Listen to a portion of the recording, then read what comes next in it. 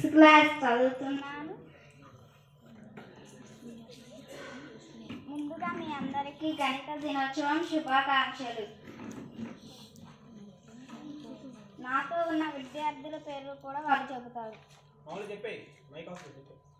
నా పేరు సుశీల, నేను 4th క్లాస్ చదువుతున్నాను. నా పేరు పల్లవి, నేను 6th క్లాస్ చదువుతున్నాను. Topic angles.